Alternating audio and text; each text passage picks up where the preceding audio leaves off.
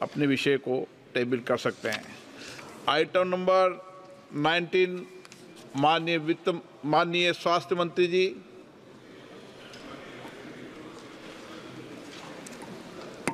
सभापति जी,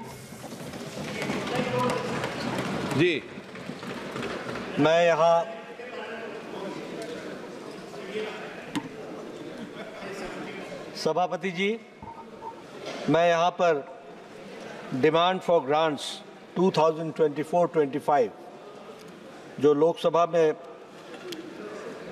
चर्चा में आया और जो 2 अगस्त को यहाँ डिमांड फॉर ग्रांट्स की जो चर्चा हुई, उसमें हमारे लोकसभा के वरिष्ठ साथियों ने बहुत विषयों पर प्रकाश डाला और चर्चा में भाग लिया।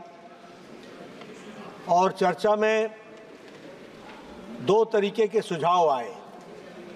कुछ सुझाव तो जनरल नेचर के थे, जो साधारणतः सुझाव के दृष्टि से स्वास्थ्य विभाग को इंगित करने के लिए हमारे सदस्यों ने दिए थे, और कुछ सुझाव स्पेसिफिक रूप में इंगित करके हमारे साथियों ने रखा है। लगभग 57 लोकसभा के सदस्यों ने, सांसदों ने इस चर्चा में भाग लिया है। सबसे पहले तो मैं सभी सदस्यों को धन्यवाद देना चाहता हूं कि उनके महत्वपूर्ण सुझाव और उन्होंने जो महत्वपूर्ण सुझाव दिए हैं उस पर विभाग को भी गौर करने का उन्होंने मौका दिया है। मैं उनके सुझावों के लिए, उनके सजेशंस के लिए, उनके महत्वपूर्ण वैल्यूएबल सजेशंस के लिए उनको धन्यवाद देना चाहता हूं। कुछ जो मैंने सभी सुझावों को कुछ भागों में बांटा है, उसमें से बहुत सारे सदस्यों का सुझाव 2 विषयों पर था। एक तो हेल्थ का बजट बढ़ाया जाए और दूसरा आउट ऑफ पॉकेट एक्सपेंडिचर कम किया जाए। मैं इस सुझाव का जहां स्वागत करता हूं, वहीं मैं यह भी बताना चाहता हूं कि प्रधानमंत्री मोदी जी के नेतृत्व में चलने वाली सरकार ने, जो एक प्रोएक्टिव सरकार है, प्रो रिस्पॉन्सिव सरकार है, और इसीलिए 2014 से ही सभी विभागों की तरह स्वास्थ्य विभाग ने भी प्रोएक्टिव होकर के इस पर पूरी दृष्टि डाल करके बजट एलोकेशंस के बारे में चिंता की और चर्चा की है। मैं यहां अगर आपको बताना चाहूंगा कि बजट को हम लोगों ने किस तरीके से देखा, तो 2013-14 में बजट 33,278 करोड़ रुपए थे। आज वही बजट 90,958 करोड़ रुपए हो गया है। यानी हेल्थ को क्या प्रायोरिटी दी गई है, और ये एलोकेशन लगभग 164%, 164% का इजाफा इंक्रीज हुआ है। यह अपने आप में बताता है कि हमने प्रायोरिटाइज करने में हेल्थ को कितना महत्वपूर्ण स्थान दिया है। उसी तरीके से जो 15th फाइनेंस कमीशन की रिपोर्ट आई है, उसमें भी लोकल गवर्नमेंट्स के तरफ से खर्च करने के लिए 70,051 करोड़ अलग से एलोकेट किए गए हैं, ताकि लोकल गवर्नमेंट्स भी अपने तरीके से हेल्थ के सेक्टर के इंफ्रास्ट्रक्चर में अपना योगदान कर सके। मैं इस सदन को यह भी बताना चाहता हूं कि नेशनल हेल्थ मिशन, वो टोटल बजट का लगभग, जो नेशनल हेल्थ मिशन स्टेट्स को इस बात के लिए ताकत देता है कि वह अपने इंफ्रास्ट्रक्चर को मजबूत करें, लॉजिस्टिक्स को मजबूत करें, उस सारे को करने के लिए टोटल हेल्थ बजट का 55% एनएचएम के माध्यम से खर्च होता है। इसको भी हमको ध्यान में रख करके, हमको जब हम बजट एलोकेशन की बात करते हैं तो हमें ध्यान में रखना चाहिए। प्रधानमंत्री PMSSY, उसकी बारे में अगर हम बात करें तो अभी तक पिछले 10 सालों में 13,900 करोड़ रुपए खर्च हुए हैं और उसके माध्यम से भी हमने टर्शरी हेल्थ केयर को स्ट्रेंथन करने के लिए कार्य को आगे बढ़ाया है।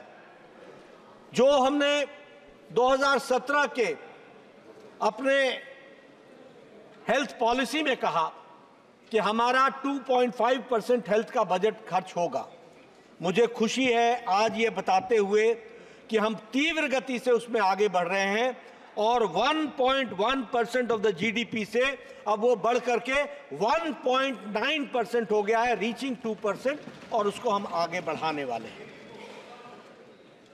कभी खुश तो हो जाइए दादा, कभी तो खुश हो जाइए।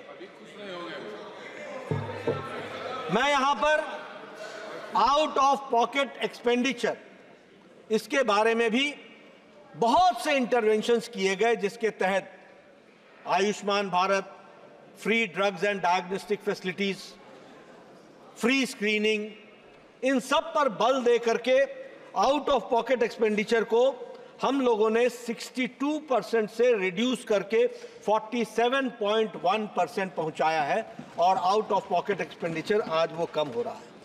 मैं ये आंकड़े देने पर ये नहीं कह रहा हूं कि हम रुक गए हैं। This is ongoing process with the same amount of priority. हमारी प्रायोरिटी में भी कोई कमी नहीं आने वाली है और हम उसको उसी गति से प्रधानमंत्री मोदी जी के नेतृत्व में और आउट ऑफ पॉकेट एक्सपेंडिचर को कम करने के लिए कटिबद्ध हैं। इस बात को भी हमको ध्यान में रखना चाहिए। मैं यहाँ नेशनल हेल्थ पॉलिसी के जो 4 मिशन मोड के प्रोजेक्ट्स हैं उस पर भी आपका ध्यान आकृष्ट करना चाहता हूँ। 4 हैं। सबसे पहला है प्रधानमंत्री जन आरोग्य योजना, PM-जय। ये जो जन आरोग्य योजना है, आयुष्मान भारत, इस योजना के तहत हम सब लोग जानते हैं कि 12 करोड़ परिवार यानी 55 करोड़ से ज्यादा लोग, यानी भारत की 40% की आबादी, और ये कौन है लोग? वो गरीब लोग जो बिल्कुल ही marginal section of the society है। और इसमें यह भी बताया गया है कि बाय प्रोफेशन से भी जोड़े गए हैं और जो कास्ट सेंसस नहीं, जो हमारा सोशियो इकोनॉमिक सेंसस है, उसके तहत हम लोगों ने इनको जोड़ने का प्रयास किया। और मैं कई बार बोलता हूं, रिक्शा वाला, ठेला वाला, रेडी वाला, फेडी वाला, बस का ड्राइवर, क्लीनर, ट्रक का ड्राइवर, लिफ्ट मैन, होटल में काम करने वाला वेटर, ऐसे गरीब लोग, 12 करोड़ परिवार, ऐसे लोगों को 5 लाख रुपए का एनुअल हेल्थ कवरेज देने का कार्यक्रम आयुष्मान भारत के तहत दिया गया है। और उसी तरीके से आयुष्मान आरोग्य मंदिर, इसको भी स्थापित करने का काम किया गया है और इसकी संख्या कितनी है? 1,73,000, 1,73,000 हमारे आयुष्मान आरोग्य मंदिर, इसको भी हम लोगों ने खड़ा करने का काम किया है। और इसके साथ साथ आयुष्मान भारत डिजिटल मिशन और आयुष्मान भारत डिजिटल मिशन के तहत हम लोगों ने, जिसे हम ABDM कहते हैं, उसमें हम लोगों ने 4 रजिस्ट्रीज को, आप ध्यान में लीजिएगा कि यह हेल्थ सेक्टर के लिए एक, जिसको हम कह सकते हैं कि एक बहुत ही रिवोल्यूशनरी चेंज है जिसको हमको ध्यान में रखना चाहिए। जब हम आयुष्मान भारत डिजिटल मिशन कहते हैं तो उसकी 4 रजिस्ट्रीज हैं, यानी एक ही प्लेटफॉर्म में हमको आयुष्मान भारत हेल्थ अकाउंट मिलेगा। यानी हर पेशेंट का, हर व्यक्ति का, उसका अकाउंट, उसका मेडिकल हिस्ट्री, उसके मेडिकल और उसकी पूरी की पूरी सीक्रेसी, उसकी पूरी की पूरी confidentiality, that is also maintained, और वह एक ही प्लेटफॉर्म पर मिलेगा। उसी तरीके से हेल्थ केयर के जितने भी प्रोफेशनल्स हैं वह भी एक ही प्लेटफॉर्म पर रजिस्ट्री में मिलेंगे। और उसी तरीके से हेल्थ ड्रग्स के भी, यानी जितने भी केमिस्ट की फैसिलिटीज हैं वह भी एक ही फैसिलिटी के तहत मिलेंगे। और हमारे जो हेल्थ के फैसिलिटीज़ हैं, यानी हमारे इंस्टीट्यूशंस हैं, वह भी एक ही फैसिलिटी में मिलेंगे। यानी ABDM के 4 रजिस्ट्रीज होंगे और उसके 3 गेटवेज होंगे। मैंने पहले भी एक प्रश्न में बताया था, एक होगा नेशनल क्लेम एक्सचेंज NCX, दूसरा यूनिफाइड हेल्थ इंटरफेस, और तीसरा जो है वो कंपनसेशन देने के लिए उसके लिए कंसेंट मैनेजर। ये 3 गेटवेज के तहत इस कार्यक्रम को आगे बढ़ाया जाएगा। मैं यहाँ यह भी बताना चाहता हूँ सभापति महोदय जी और आपके माध्यम से कि हमारा PM भीम, प्रधानमंत्री आयुष्मान भीम योजना, भारत हेल्थ इंफ्रास्ट्रक्चर मिशन, इसके तहत भी हमारे लॉजिस्टिक्स हेल्थ के इंफ्रास्ट्रक्चर को बहुत तीव्र गति दी जा रही है और उसको ताकत देने का काम हेल्थ सेक्टर में किया जा रहा है। ये भी मैं बताना चाहता हूँ।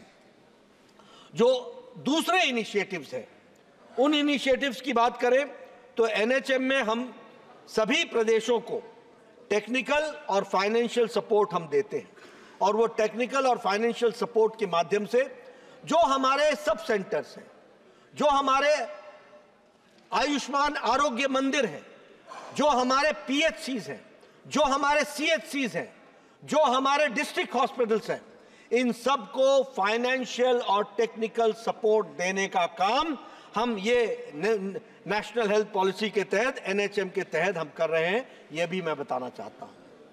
एक बात टर्शरी हेल्थ केयर में मैं ज़रूर बताना चाहता हूँ, जिसमें एक बहुत लंबी छलांग टर्शरी हेल्थ केयर में लगाई गई है, वह मैं कहना चाहता हूँ और मैं इस सदन के माध्यम से देश की जनता को भी बताना चाहता हूँ कि जब जब NDA की सरकार आई है, हम लोगों ने टर्शरी हेल्थ केयर को भी जहां पूरी ताकत दी है, वहीं हम लोगों ने प्राइमरी हेल्थ केयर को भी पूरी ताकत दी है। यह भी मैं बताना चाहता हूं। जब NDA की पहली सरकार आई, उसके पहले एक एम्स होता था, all India Institute of medical sciences. जब अटल जी की सरकार आई तो 6 साल के अंदर 6 नए all India Institute of medical sciences खुले। और आज मुझे खुशी होती है ये बताते हुए कि प्रधानमंत्री मोदी जी के नेतृत्व में आज 22 all India Institute of Medical sciences इनको अप्रूवल दी गई है। 18 ऑपरेशनल है और 4 अंडर कंस्ट्रक्शन है। इस तरीके से all India Institute of Medical sciences का काम चल रहा है। मैं all India Institute of Medical sciences पर यह भी आपको बताना चाहता हूं,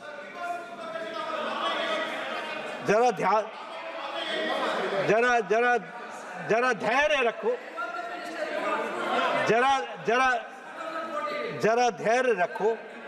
जरा धैर्य रखो।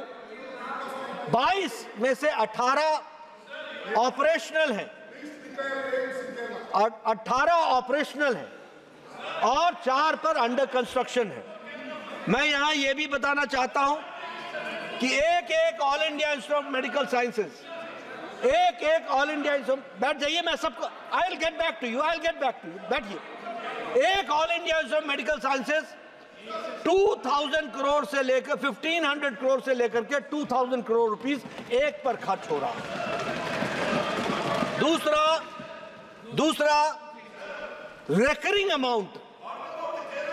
recurring amount, please sit down sir, I am there to take care, please take सभापति जी, आपसे मैं संरक्षण चाहूंगा। मैं इनकी भावनाओं की कदर करता हूं, मैं इनकी भावनाओं की कदर करता हूं, मैं इनकी भावनाओं की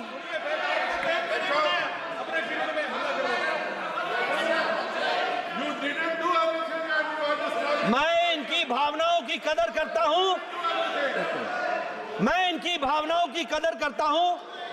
इनको भी इतनी शालीनता होनी चाहिए कि नरेंद्र मोदी जी द्वारा किए गए कार्यों की भावनाओं की भी कदर करें, इसकी इनको चिंता करनी चाहिए। अब मैं अपग्रेडेशन ऑफ मेडिकल कॉलेजेस की बात करना चाहता हूं। मैं जब अपग्रेडेशन ऑफ मेडिकल कॉलेजेस की बात करता हूं तो 157 मेडिकल कॉलेजेस आउट। मंत्री जी एक मिनट, माननीय सदस्य, एक मिनट नो, माननीय सदस्यगण, इस विषय पर डिबेट पर सभी माननीय सदस्यों को पर्याप्त समय भी दिया था और जो माननीय सदस्य नहीं बोल पाए उनको भी पर्याप्त समय दिया। अब हम सदन में गरिमा रखें, जब आपने कोई मुद्दे उठाएं माननीय मंत्री जी उन मुद्दों का जवाब देंगे। बीच में नहीं, माननीय मंत्री जी।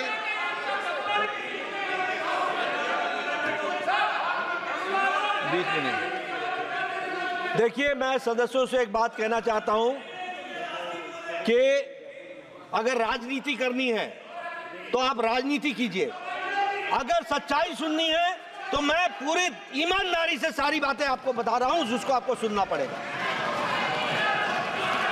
157 medical colleges, 157 medical colleges in one go.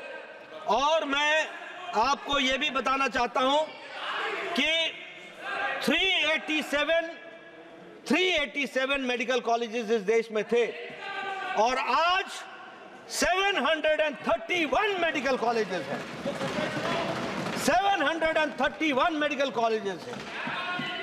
और यहां अगर मैं यूजी सीट की, please sir, please sit down, let me answer. Now sit down, Raghavan. I know what you want to say. Please. Oh, Deb. Oh, my MP, please sit down. I'm talking something very serious. तो मैं ये बताना चाहता हूं, UG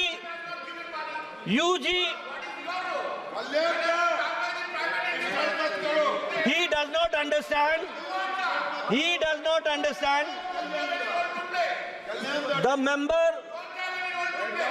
The honorable member, such a senior member, does not know that this is under PMSSY, which is from the central budget. And now I would like to say about the undergraduate seats. When I talk about undergraduate seats, the seats have increased from 51,348 to 1,12,112 seats. And this is in PG, and the increase is 118%. 118%. And I would like to inform the honorable member, when I am talking about these medical colleges opened by the government. I am talking about the government medical colleges. I am talking about 157 new medical colleges which we have opened. From 387, now it is 731 that we have to understand. And when I talk about the PG seats, it is from 133%, which is 31,185 seats, to from 72,627 seats.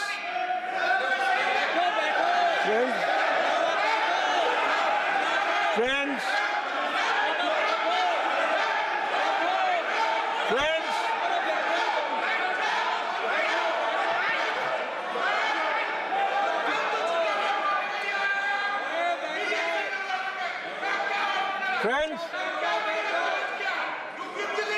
and the strengthening of the health infrastructure, the strengthening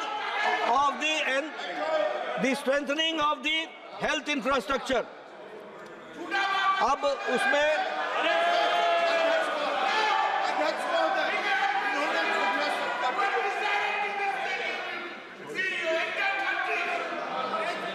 strengthening of the infrastructure. मैं कुछ नहीं जा रहा, please. अगर मैं कहूं तो rural area में सब सेंटर्स 14,255 बनाए गए हैं, 14,255, which is an increase of 9.4%. उसी तरीके से PHC 2,106, which is an increase of 8.6%, और CHCs 899, which is an increase of 17.33%. मैं अगर अर्बन एरियाज की बात करूं तो 1869 ये पीएचसीज बनाए गए। 107%, CHCs 233%। मैं इनको लिस्ट भिजवा दूंगा। I will send you the list, Mr. Kalyan Banerjee. Now please sit. Kalyani में तो सबसे बड़े एम्स खुला है, इसको कल्याणी भी नहीं पता है, एम्स नहीं खुला। अध्यक्ष महोदय, माननीय सदस्य, माननीय मंत्री जी जवाब दे रहे हैं, आप कुछ नहीं बोले बीच में। ये डिबेट होनी है या ये डिबेट हो रही है या मुझे बोलने का मौका दिया जाएगा? मुझे बोलने का मौका दिया जाएगा? ये डिबेट है।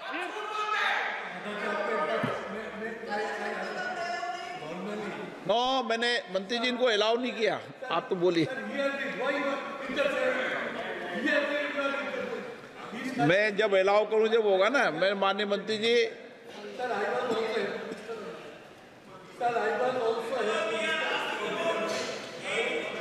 सर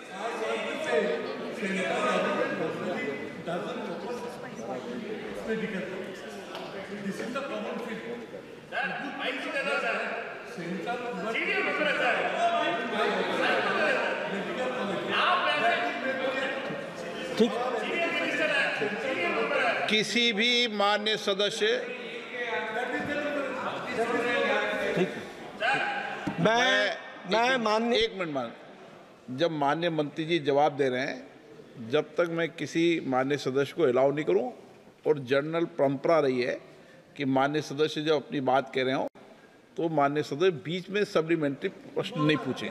माननीय मंत्री जी, मिनिस्टर तैयार हो सकते हैं, स्पीकर तैयार नहीं है। माननीय मंत्री,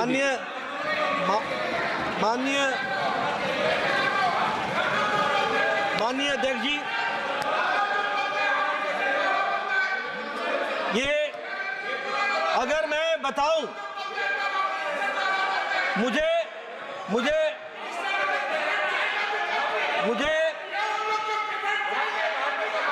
सदस्य को ये बताना है कि प्रधानमंत्री पीएमएसएसवाई में स्वास्थ्य के योजना में जो मेडिकल कॉलेजेस खोले गए हैं वो केंद्र के नोटिफिकेशन से खोले गए हैं और केंद्र ने खोले हैं और सेंट्रल कैबिनेट ने उसको अप्रूवल दिया है।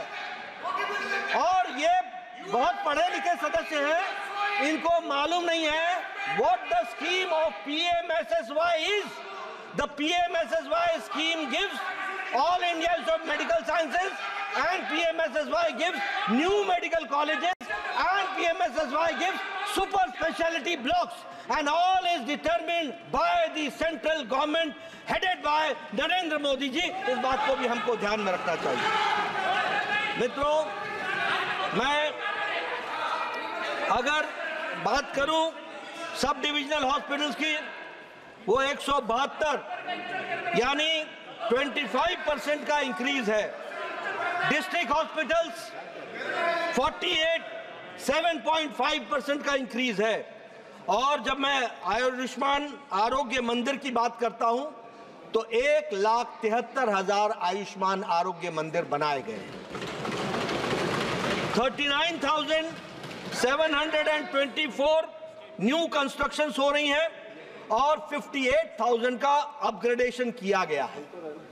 इंफ्रास्ट्रक्चर की स्ट्रेंथनिंग के लिए इस दृष्टि से, और इसमें मैं एक बात और कहना चाहूंगा कि 2022-23 में 5,435.83 करोड़ खर्च हुआ और इस साल 6,263 करोड़ रुपीस 23-24 में खर्च हुआ।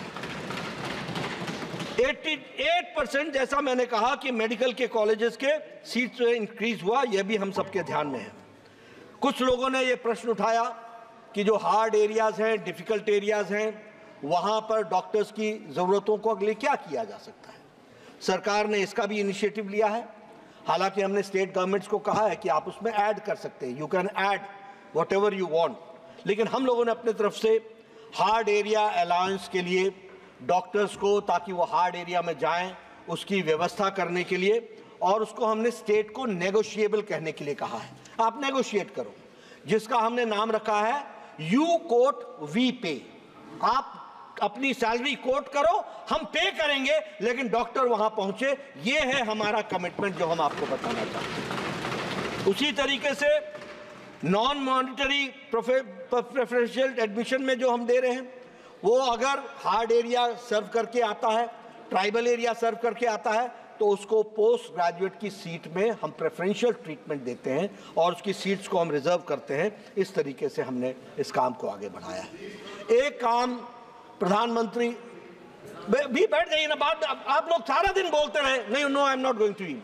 आप सारा दिन बोलते रहे, ये अच्छा सभापति महोदय, अच्छी डिबेट है। मैं डायग्नोस्टिक सेंटर्स, यहां चर्चा हुई डायग्नोस्टिक सेंटर्स की दृष्टि से। हम आपको बताना चाहते हैं कि हमारे यहां free drugs and diagnostic facilities को भी लाने का प्रयास हुआ है, और ये एनएचएम के तहत हुआ है। और इसमें 14 टेस्ट सब हेल्थ सेंटर में फ्री है, 63 टेस्ट पीएचसी में फ्री है, 97 सीएचसी में फ्री है, 111 सब डिवीजन हॉस्पिटल में फ्री हैं, और 134 टेस्ट डिस्ट्रिक्ट हॉस्पिटल्स में फ्री हैं। यह भी हमको ध्यान में है। मैं आपको, आपके माध्यम से सभा को और हमारे सभी सदस्यों को बताना चाहता हूं कि मेडिकल मोबाइल यूनिट की दृष्टि से प्लेन्स में पर डिस्ट्रिक्ट 2 मेडिकल मोबाइल यूनिट दी गई है, और ट्राइबल एरिया में 4 दी गई हैं, और जो पर्टिकुलरली वल्नरेबल ट्राइबल एरियाज हैं, वहां पर डिस्ट्रिक्ट्स 10 मेडिकल मोबाइल यूनिट्स को देने का काम हुआ है, और इस तरीके से उसको हम लोगों ने बढ़ाने का काम किया है। मैं इस पर एक बात और बताना चाहता हूं कि जब मैं एसेंशियल मेडिसिन की बात करता हूं, तो सब हेल्थ सेंटर में 106 मेडिसिन फ्री हैं, पीएचसी में 172 मेडिसिन फ्री हैं, सीएचसी में 300 मेडिसिन फ्री हैं, सब डिविजनल हॉस्पिटल्स में 318 मेडिसिन फ्री हैं, और डिस्ट्रिक्ट हॉस्पिटल्स में 381 मेडिसिन फ्री हैं। इस तरीके से हम लोगों ने जोड़ने का प्रयास किया है। मैं इसमें आपको ये भी बताना चाहता हूं कि जैसा सुपर स्पेशलिटी ब्लॉक्स के दृष्टि से हम लोगों ने चिन्हित किए, और बड़ी संख्या में सुपर स्पेशलिटी ब्लॉक्स को भी खोला गया है, जिसमें हम लोगों ने प्रयास किया है कि ताकि हम उनको फैसिलिटी दे सकें। और मैं इसके साथ साथ कुछ प्रश्न आए थे कि आगे कहाँ खोला जाएगा, कहाँ नहीं खोला जाएगा। मैं आपको बता दूं, it is all India Institute of Medical sciences जो हमारा प्रोग्राम है, it is an on going process. हम एक तरफ खोल भी रहे हैं, उनको कंसोलिडेट भी कर रहे हैं, उनको स्ट्रेंथन भी कर रहे हैं, और समय के साथ साथ और आगे उसको आगे बढ़ाने का काम कर रहे हैं। उसी तरीके से मैं यहाँ पर यह भी बताना चाहता हूँ कि हमारे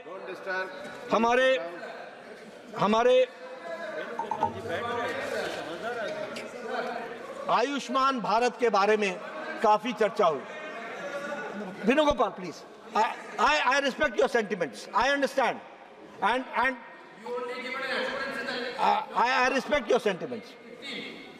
So now I am the minister. Now I am the minister.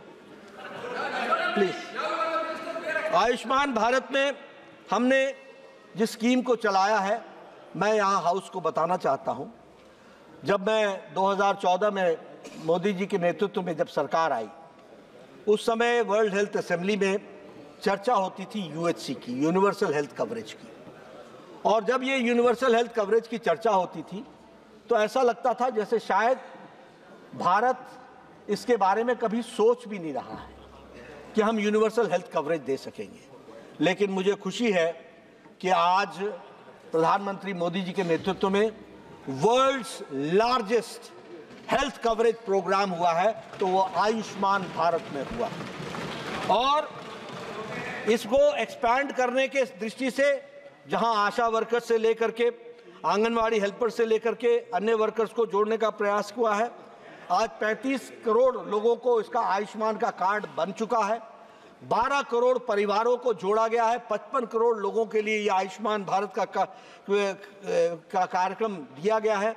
7.37 crore hospital admissions सिर्फ आयुष्मान भारत में हो गए हैं, 7.37 करोड़, और 1 लाख करोड़ ऑथराइज हुए हैं जिनको हम लोगों ने 1 लाख करोड़ का हम लोगों ने पेमेंट किया है। उसको भी हम आपके ध्यान में लाना चाहते हैं। उसी में जो एम्पैनल्ड हॉस्पिटल्स हैं वो 29,000 हैं और उसमें से 12,600 ये एम्पैनल्ड हॉस्पिटल्स हैं, ये भी हमको ध्यान में रखना है। 40% जो है आयुष्मान जो है वो हॉस्पिटल एडमिशंस में विमेन हैं। 48% आयुष्मान कार्ड के जो लाभार्थी हैं उसमें विमेन हैं, उसको भी आप सबके ध्यान में लाना मेरी आवश्यकता है। मैं एक बात और बताना चाहता हूं कि this Ayushman Bharat programme is transportable. एक कोई व्यक्ति वेस्ट बंगाल का रहने वाला है, उसका कैंसर का इलाज टाटा मेमोरियल हॉस्पिटल मुंबई में हो रहा है, तो आयुष्मान भारत का पेमेंट वाया कैलकाटा नहीं जाएगा, वो सीधा टाटा मेमोरियल हॉस्पिटल को पहुंच जाएगा। और इस तरीके की संख्या 12.13 लाख हॉस्पिटल में एडमिशन्स हुए हैं, जिसको हम लोगों ने देने का प्रयास किया है। मैं इसमें एक प्रश्न आया कि आप अफोर्डेबल कैंसर ट्रीटमेंट में आप स्क्रीनिंग के लिए क्या कर रहे हैं। कैंसर पर बहुत बड़ी चिंता व्यक्त की गई। इसमें कोई दो राय नहीं है कि कैंसर के पेशेंट्स की संख्या बढ़ रही है। इसमें भी कोई दो राय नहीं है कि बहुत से कारण हैं कैंसर के बढ़ने के, और उन कैंसर के बढ़ने में सरकार एक योगदान कर रही है कि उसको रोकने के लिए, वो ये है कि हम अर्ली स्क्रीनिंग कर रहे हैं। बहुत लोगों को कैंसर के बारे में बहुत देर से पता चलता है, इसलिए उस बात का प्रयास हो रहा है। और इसीलिए जो हम लोगों ने कैंसर ट्रीटमेंट के लिए रखा है, एनसीडी क्लिनिक्स डिस्ट्रिक्ट लेवल पर और सीएचसी लेवल पर, और diagnosis services at early detection 753 districts में एनसीडी क्लिनिक्स हम लोगों ने स्थापित कर दी है। 356 डिस्ट्रिक्ट्स में डे केयर सेंटर चल रहा है। 6,238 कम्युनिटी हेल्थ सेंटर्स में नॉन कम्युनिकेबल डिजीजेस का सेंटर चल रहा है, और हमारा एनसीडी का पोर्टल 2018 में स्क्रीनिंग और उसके मैनेजमेंट के लिए खड़ा कर दिया गया है। आपको मैं बताना चाहूँगा कि जब से ये हमारा प्रोग्राम कैंसर कंट्रोल प्रोग्राम चल रहा है, ये एनसीडी की क्लिनिक्स शुरू हुई हैं, तब से ओरल कैंसर लगभग 20 करोड़ डिटेक्ट किए गए हैं। 9.6 फीमेल्स का ब्रेस्ट कैंसर की स्क्रीनिंग हुई है, डिटेक्ट नहीं स्क्रीनिंग हुई है, और 4.8 सर्वाइकल कैंसर की स्क्रीनिंग हुई है। इसी तरीके से कैंसर की दवाओं पर भी कंट्रोल रखा गया है, और नेशनल फार्मास्यूटिकल्स प्राइसिंग अथॉरिटी के तहत, एनपीपीए के तहत 131 anti cancer drugs national list of essential medicine में डाल दिया गया है, और उनकी दवाओं की जो national list of essential medicine में डालने के कारण उनकी सारी की सारी मेडिसिन की दाम को सरकार कंट्रोल कर रही है और उनको चीप रेट पे देने का प्रयास हो रहा है। उसी तरीके से 30% cap trade 42 non scheduled anti cancer medicine को ट्रेड मार्जिन रैशनलाइजेशन में लाया गया है। बहुत से ऐसी कैंसर की ड्रग्स हैं जो एनलेम में नहीं आती हैं, एसेंशियल मेडिसिन में नहीं आती हैं, फॉर्मुलेशंस बदल जाते हैं और बदलने के कारण वो नॉन शेड्यूल्ड ड्रग्स में आ जाती हैं। ऐसे भी 42 ड्रग्स को हम लोगों ने उस पर भी कंट्रोल किया है। और उसी तरीके से 526 ब्रांड्स पर भी 50% से ज़्यादा हमने उसके मार्जिन को कम किया है और उसको कंट्रोल में लाया है। और इसके साथ साथ राष्ट्रीय आरोग्य निधि के तहत 15 लाख रुपए का और हेल्थ मिनिस्टर्स कैंसर पेशेंट के तहत 15 लाख रुपए का फ़ायदा देने का प्रयास हुआ है। मैं यहाँ ये भी बताना चाहता हूँ कि प्रधानमंत्री मोदी जी के नेतृत्व में दवाइयों को कम करने के लिए, cancer in particular and medicine in general, उसको कम करने के लिए और सही दवाई मिल सके, इफेक्टिव दवाई मिल सके, सस्ती मिल सके, अफोर्डेबल मिल सके, इसके लिए जन औषधि परियोजना को भी प्रारंभ किया गया है और 13,000 आउटलेट्स खोले गए हैं। और प्रधानमंत्री मोदी जी ने इस बात को कहा है कि आने वाले 5 साल में 25,000 जन औषधि केंद्र खोले जाएंगे ताकि गरीब लोगों को दवाई मिल सके और उनको दवाइयों का उपयोग हो सके और गरीब लोग उसका उपयोग कर सके। और ये जो रिडक्शन है, मैं सभापति जी आपके माध्यम से हाउस को बताना चाहता हूं कि आम आदमी को कितना फायदा हो रहा है। मैंने एक प्रश्न के उत्तर में 2 दिन पहले बताया है, लेकिन it is 50% to 80% reduction in medicine. इस बात को भी हम सबको समझना चाहिए। उसी तरीके से लगभग 210 आउटलेट्स हैं affordable medicine and reliable implant treatment Amrit के तहत, और उसके तहत भी हम लोगों ने लोगों को फायदा पहुंचाने का प्रयास किया है। एक प्रश्न आया कि ट्रॉमा यूनिट्स को बढ़ाया जाए। मैं यहाँ स्पष्ट कहना चाहता हूँ कि ट्रॉमा यूनिट का भी कार्यक्रम जब प्रधानमंत्री मोदी जी ने 2014 से उसको प्रारंभ किया और उसको प्रायोरिटाइज किया और लगभग 196 ट्रॉमा केयर फैसिलिटीज और 47 बर्न इंजुरीज दिए गए। लेकिन मैं यहाँ एक बात आपसे शेयर करना चाहता हूँ ट्रॉमा यूनिट्स के बारे में। हम लोगों ने ट्रॉमा यूनिट्स बना तो दिए, लेकिन ट्रॉमा यूनिट्स आइसोलेशन में नहीं चलते हैं। ट्रॉमा यूनिट्स में एक्सीडेंट के, क्योंकि ये बनाए नेशनल हाईवे के बगल में, अब नेशनल हाईवे के बगल में यूनिट तो बन गया, लेकिन जब तक वो फुल फ्लेजेड हॉस्पिटल ना हो तो ट्रॉमा यूनिट अपने आप में काम करने में कारगर नहीं होता है। इसलिए हम लोग इसको रिविजिट भी करेंगे और रिविजिट करके कैसे इसको और इफेक्टिव बनाया जा सकता है उसके बारे में विचार किया जाएगा। लेकिन मैं बताना चाहता हूं सदस्यों को कि हम सिर्फ घोषणाएं नहीं करते, उसकी इफेक्टिव प्लानिंग हो, लास्ट माइल डिलीवरी हो, और लास्ट माइल डिलीवरी के बॉटलनेक्स क्या हैं उनको हम कैसे दूर कर सकते हैं उस बात को भी ध्यान में रखा जाता है।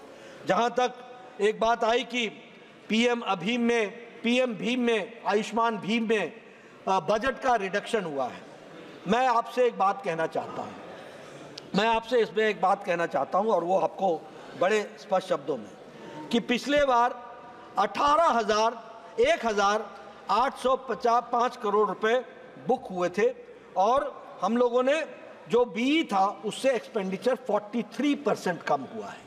43% हम पैसा देते हैं, खर्च नहीं होता। इस बार भी 4,200 करोड़ रुपीस हमने दिया है बीई में। आप खर्च कीजिए, जो चाहिए होगा on the floor of the house हम बता रहे हैं, ये प्रधानमंत्री मोदी जी की सरकार है, जितना चाहिए होगा, जो चाहिए होगा दिया जाएगा। खर्च करने वाले तो बनो। जब खर्च नहीं होता है तो अब जैसे मैंने कहा कि 1,806 करोड़ रुपए खर्च हुए अगेंस्ट 4,200 करोड़ रुपए दिए हुए थे। 4,200 crore rupees was given and 1,800 crore rupees has only been spent by the states. तो ये इसको भी हमको ध्यान में रखना चाहिए। और इस बार भी 3,200 करोड़ रुपीस रखा गया है। आपकी जरूरत पड़ेगी, जिस दिन ये खर्च करके आ जाओगे आपको दोबारा दे दिया जाएगा। इस बात को मैं आपको बताना चाहता हूं। मैं यहाँ ये भी बताना चाहता हूं कि सिकल सेल के लिए, सिकल सेल को प्रधानमंत्री जी ने इसके निवारण के लिए, इसके इलाज के लिए टॉप मोस्ट प्रायोरिटी दी है। और इसके लिए प्रधानमंत्री जी ने 1 अगस्त 2023 को इसके लिए एक कार्यक्रम, जो उसको national sickle cell anaemia elimination mission कहते हैं, एक मिशन मोड में इस कार्यक्रम को शुरू किया गया है। और इस मिशन मोड में अफोर्डेबल और एक्सेसिबल क्वालिटी केयर, इसका ध्यान रखा गया है। अवेयरनेस के लिए, अवेयरनेस क्रिएट करने के लिए हम लोगों ने हेल्थ सेंटर्स में स्पेशल प्रोग्राम्स को लिया है। और इसके स्क्रीनिंग के लिए हम लोगों ने स्पेशल प्रायोरिटाइज करके जोर दिया है। 7 करोड़ लोग हैं जिनको अभी तक इस प्रोग्राम के तहत 2025-26 तक उनके 7 करोड़ की स्क्रीनिंग हो चुकी है। इस तरीके से हम काम कर रहे हैं।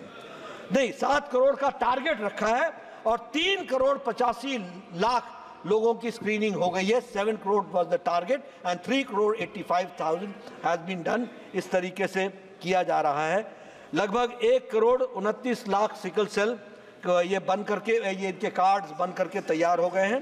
इस तरीके से प्रोग्राम चल रहा है।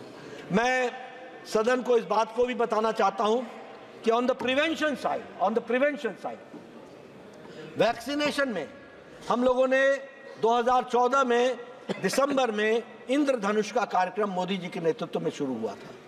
आज आपको जानकर के खुशी होगी कि 12 फेजेस में ये मिशन इंद्रधनुष हमारे बच्चों को टीकाकरण हो गया है और 5,46,00,000 बच्चे और 1,32,00,000 प्रेग्नेंट वुमेन, इनको वैक्सीनेट किया गया है फेजेस में और इस तरीके से इसको आगे बढ़ाया गया है। मैं हाउस के साथ इस बात को भी शेयर करना चाहता हूं कि कोरोना आया था, बहुत से लोगों ने वैक्सीनेशन के बारे में बात की। मैं सभापति जी आपके माध्यम से सदन को बताना चाहता हूं, इस देश ने 20 से 25 साल ले लिए ट्यूबरक्लोसिस की दवा को नेशनल प्रोग्राम बनने में। इस देश ने टेटनस को नेशनल प्रोग्राम बनने में 20 से 25 साल ले लिए। इस देश में जापानीज इंसेफ्लाइटिस को नेशनल प्रोग्राम बनने में 100 साल ले लिए। लेकिन कोरोना 2020 की जनवरी में पहला केस डिटेक्ट हुआ था। 2020 के अप्रैल में मोदी जी ने टास्क फोर्स बैठाया था और 9 महीने के अंदर एक नहीं 2 इंडिजिनस वैक्सीन बना करके दी। ये है मोदी जी के नेतृत्व में बदल रहा भारत। कैसे बदल रहा? जो 20-20 साल 100-100 साल दवाइयों के लिए इंतजार करते थे, आज 9 महीने के अंदर। और कितनी वैक्सीनेशन हुई है? 220 crore, 222 crore double dose.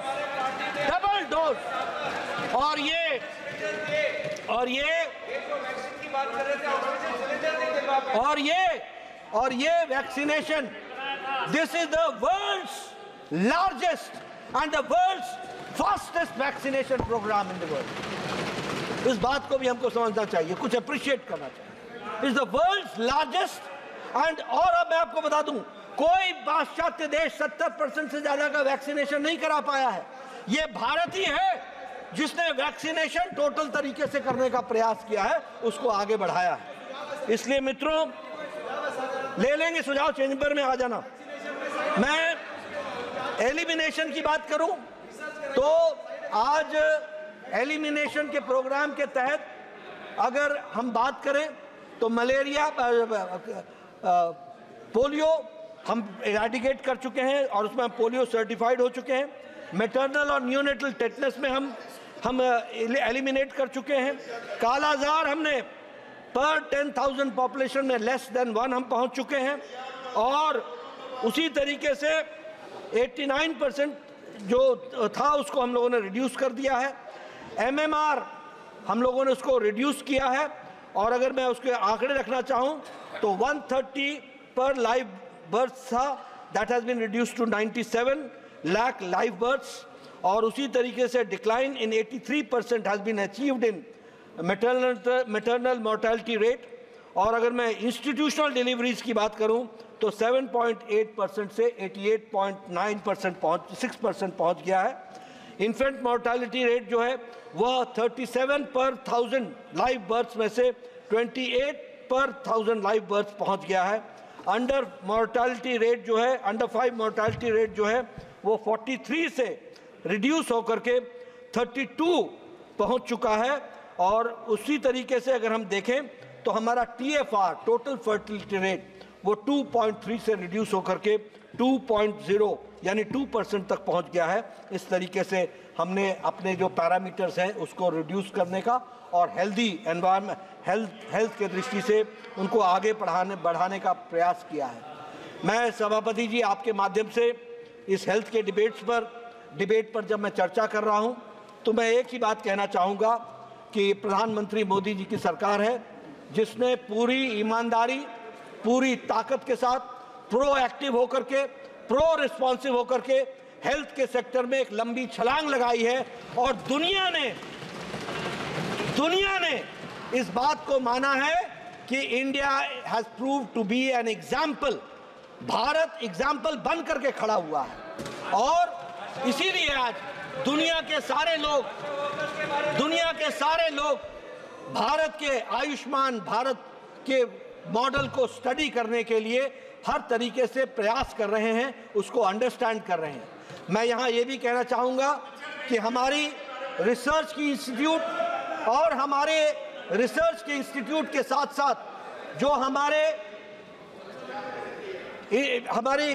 Viral institutes हैं वो भी वर्ल्ड स्टैंडर्ड्स की हैं और वर्ल्ड स्टैंडर्ड्स की ओर हम बनाने के लिए अग्रसर हैं। मैं एक बात और बताना चाहता हूं कि मोदी जी के नेतृत्व में, भारत के यशस्वी प्रधानमंत्री के नेतृत्व में हेल्थ ने जहां एक लंबी छलांग लगाई है, उसी तरीके से सबका साथ, सबका विकास, सबका विश्वास, सबका प्रयास के तहत सबका स्वास्थ्य आगे ठीक रहे, इस बात का प्रयास किया है। मैं अंत में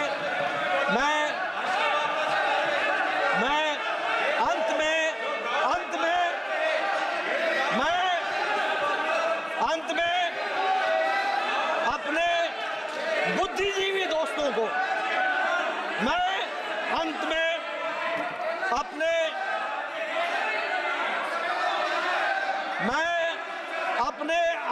बुद्धिजीवी दोस्तों को यह सलाह देना चाहता हूं कि बुद्धि वहीं प्रदर्शित करे जहां आवश्यकता होती है और जब आवश्यकता होती है।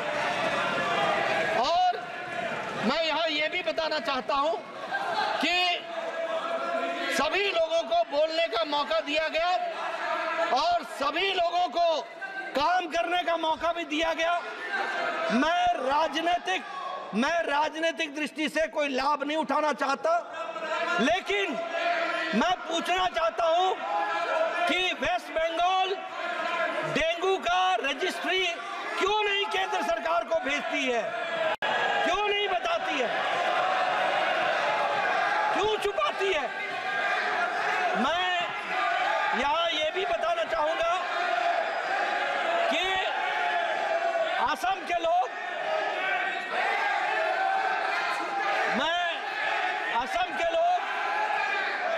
से पूछना चाहूंगा कि उनकी स्थिति हेल्थ के पैरामीटर्स में पहले क्या थी और आज क्या बन गई है। और मैं यहां यह भी पूछना चाहूंगा कि मुझे लगता है कि जो बिंदु आपने उठाए थे 57 के 57, उनका मैंने जवाब दिया है और इसके साथ साथ जो हेल्थ की दृष्टि से कार्य हुआ है उसको पूरी तरीके से लेटर और स्पिरिट में स्वास्थ्य विभाग ने भारत की जनता को उपयोगिता में आने के लिए पूरा लागू किया है। और अंत में मैं इतना जरूर कहना चाहूँगा कि ये जो हेल्थ का दृष्टि से बजट में इनिशिएटिव लिए गए हैं, ये बहुत दूरगामी प्रभाव छोड़ने वाले हैं। बहुत बहुत धन्यवाद। प्रश्न है कि